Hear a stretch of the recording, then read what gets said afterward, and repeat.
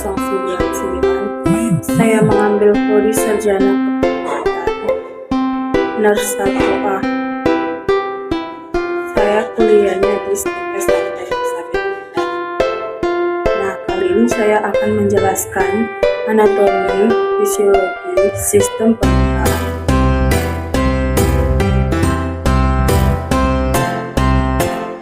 Sistem pengeluaran atau sistem pengeluaran adalah bagian dari sistem saraf yang berfungsi untuk memproses informasi indera. Di dalam sistem indera terdapat reseptor indera, jalur saraf, dan bagian dari otak ikut serta dalam tangkapan indera. Umumnya sistem indera yang dikenal adalah penglihatan, pendengaran, penciuman, pengecapan, dan peraba. Yang pertama itu yaitu mata penglihatan.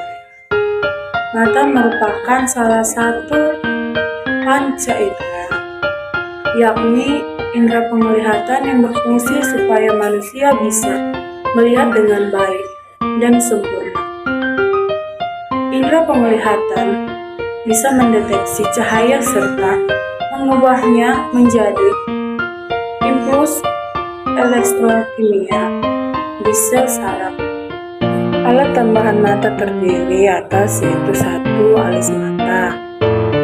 Alis mata adalah rambut kasar yang terdaun di atas mata, berfungsi untuk memperindah dan melindungi dari keringat.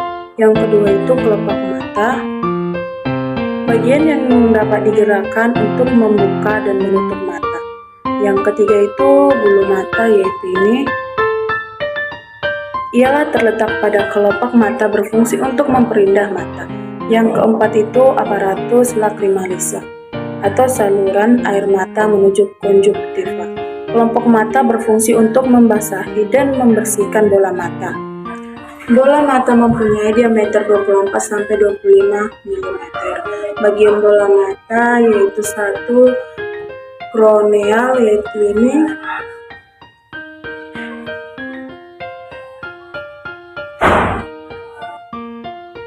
kroneal berfungsi untuk melewatkan cahaya yang masuk dari luar. Yang kedua itu selaput atau pelangi atau iris, yaitu ini bagian mata yang mengandung zat warna hitam, coklat, hijau, dan biru. Yang ketiga itu anak mata atau publik, yaitu ini berfungsi dalam mengatur besar kecilnya cahaya yang masuk. Yang keempat itu lensa mata, yaitu ini berfungsi untuk mengatur pembentukan cahaya. Yang kelima itu selaput keras atau skela, yaitu ini berfungsi untuk melindungi bagian dalam bola mata. Yang keenam itu selaput kroid, yaitu ini di dalamnya terdapat banyak saluran darah berwarna coklat karena mengandung banyak zat warna atau pigmen. Yang ketujuh itu selaput jala atau retina, yaitu ini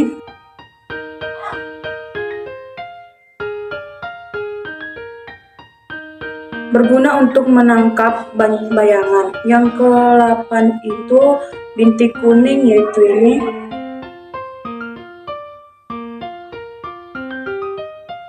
bagian yang sangat mudah menerima yang masuk. Mekanisme sistem mata atau penglihatan.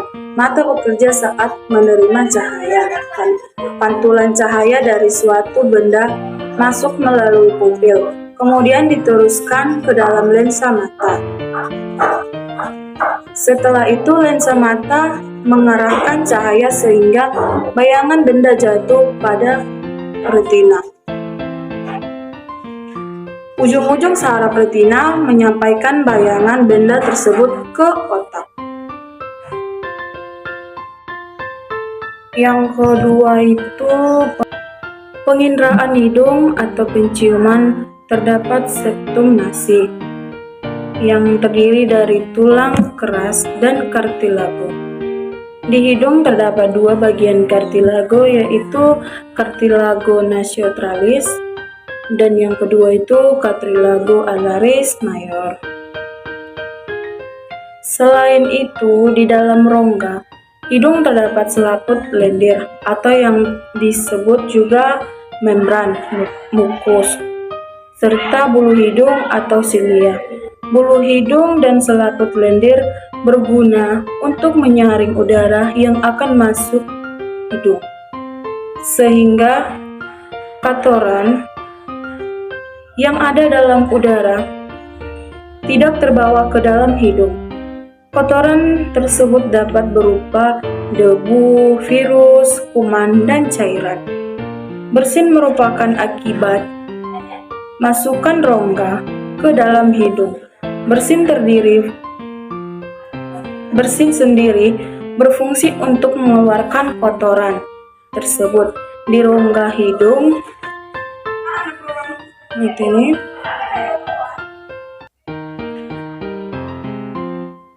Di rongga hidung bagian atas dapat sel-sel reseptor atau ujung-ujung saraf pembau.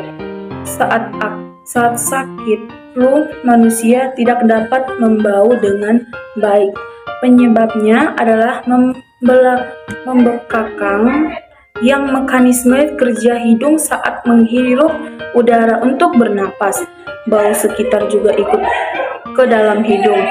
Di dalam rongga hidung, bau akan larut di dalam lendir. Setelah itu, rangsangan bau tersebut akan diterima oleh ujung saraf pembau serta diteruskan ke pusat penciuman dan saraf pembau.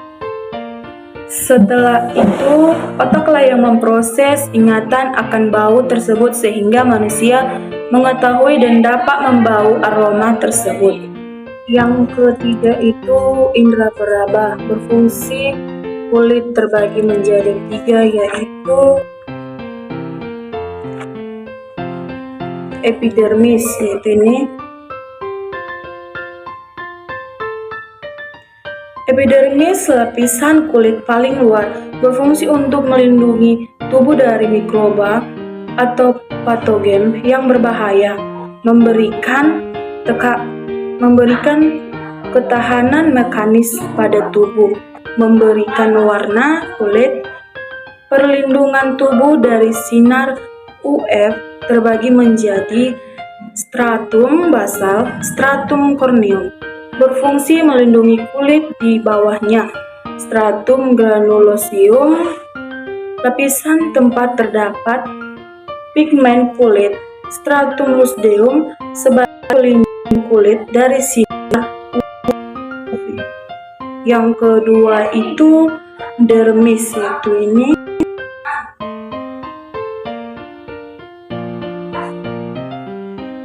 Dermis, lapisan kulit tebalnya 2, mm, terdiri dari 3 bagian. Dermis di sini memiliki ringan ikat yang di dalamnya terdapat kapiler darah, sel reseptor kulit kelenjar, keringat, kelenjar minyak, dan akar rambut. Yang ketiga itu hipodermis, yaitu ini. Bagian yang terletak di bawah lapisan dermis. Lapisan ini banyak mengandung lemak yang berfungsi untuk cadangan makanan, memberikan perlindungan bagian tubuh dari benturan. Lapisan ini terdapat pembuluh darah, limfa, dan sistem saraf. Fungsi dari hipodermis yaitu 1. Membantu menyangga tubuh terhadap adanya bentuk. Yang kedua itu memberikan bentuk tubuh. Yang ketiga itu sebagai penyedia makanan tempat bertumbuhnya lemak. Mekanisme indera peraba, kulit bisa menerima banyak rangsangan dari luar. Rangsangan yang bisa diterima oleh kulit berupa sentuhan panas, dingin, tekanan, dan juga nyeri. Saat kulit menerima panas, Rangsangan tersebut akan diterima sel-sel reseptor. Pada sel reseptor, rangsangan tersebut lalu diteruskan ke otak melalui urat saraf.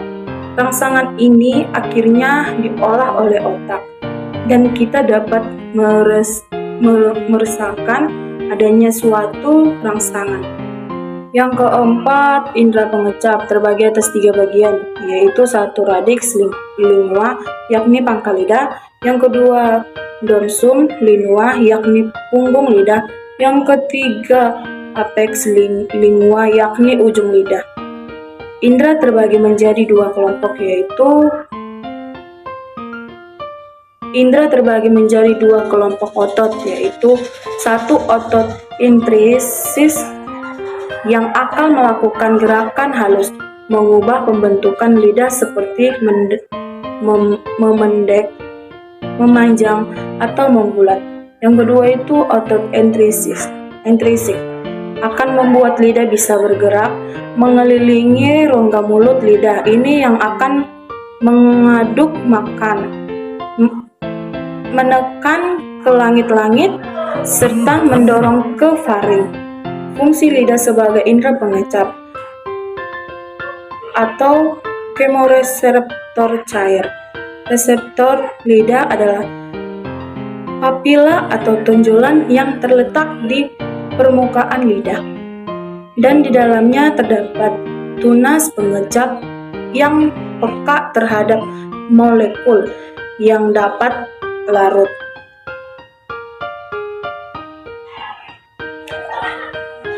Penyebab munculnya rasa pada lidah yaitu rasa manis, ini disebabkan oleh zat kimia organik seperti glukosa dan asam amino. Dan yang kedua itu rasa asin, yaitu ini disebabkan oleh ionisasi garam seperti natrium klorida. Yang ketiga itu asam, yaitu ini disebabkan oleh ion plus suatu zat yang seperti asam netral atau jeruk. Yang keempat itu pahit, yaitu ini disebabkan oleh perubahan struktur zat kimia organik yang memiliki rasa manis. Rasa pahit juga disebabkan oleh suatu zat yang bersifat racun atau toksik. Papila terbagi menjadi 4, yaitu 1 papila fungiform, yang kedua itu papila filiform. Mekanisme lidah, jalannya rangsangan perubahan rasa. 1 molekul makanan dan minuman larut dalam air liur.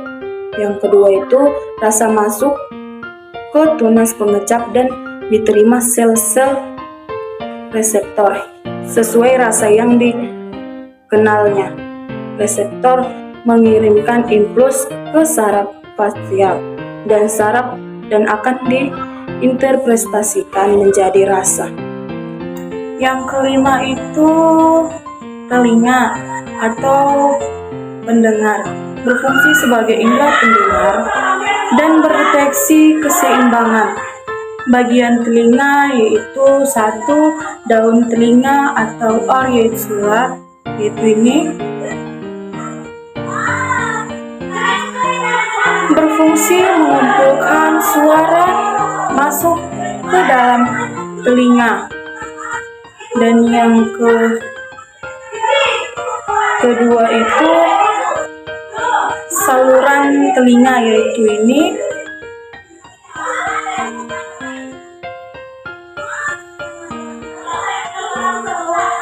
saluran telinga berfungsi meneruskan suara ke telinga tengah. Saluran tengah menghasilkan seluman yang berfungsi mengumpulkan kotoran. Yang ketiga itu membran timpan atau gendang telinga yaitu ini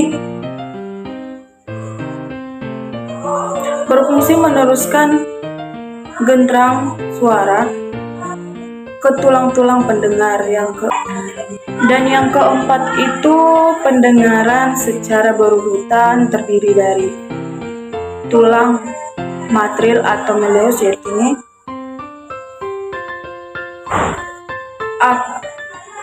landasan atau inkus, yaitu ini,